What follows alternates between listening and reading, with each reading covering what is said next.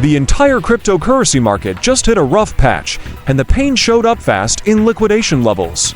According to CryptoPodo, an Ethereum and XRP-led sell-off triggered about $600 million in liquidations over the last 24 hours as altcoins turned red and momentum flipped risk-off. Let's set the scene for cryptocurrency traders.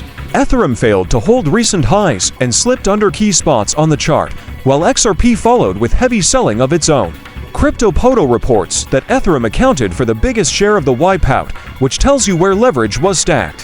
When the largest altcoin rolls over, liquidation levels on perps tend to cascade across the board. Here is why liquidation levels matter on a day like this. They are the price points where forced closes pile up when moves accelerate.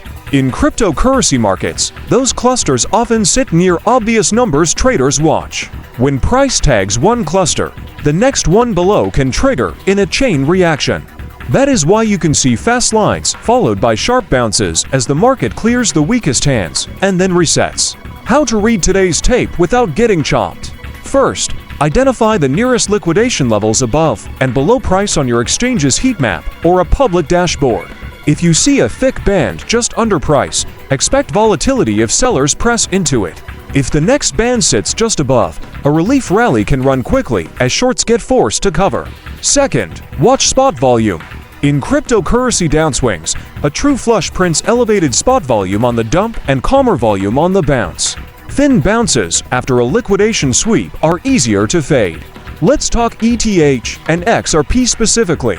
According to CryptoPodo, Ethereum led total liquidations as it dropped to a weekly low after repeated rejections near recent highs. That tells us leverage had crowded into longs during the quiet weekend and got cleared when volatility returned.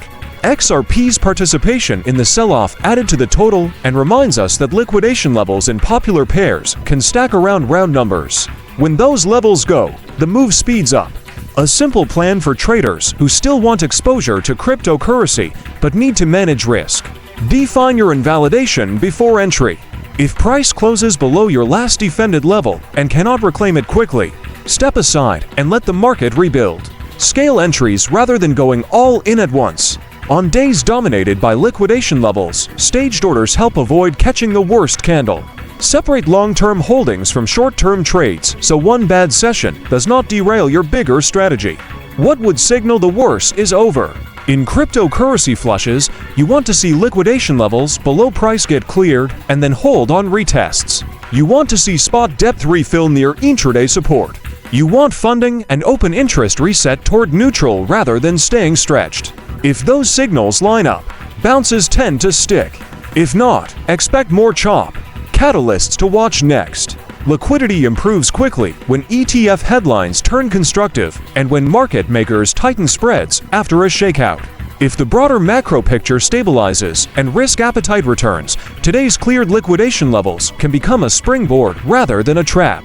If headlines stay negative, treat every bounce into recently cleared levels as a test until the close proves otherwise. Bottom line. According to CryptoPodo, about $600 million in positions were wiped as Ethereum and XRP led a cryptocurrency sell-off, with liquidation levels doing most of the damage once price started sliding. Use the heat maps, respect your invalidation, and let participation confirm any reversal before you size up. You have been watching Cryptozard News.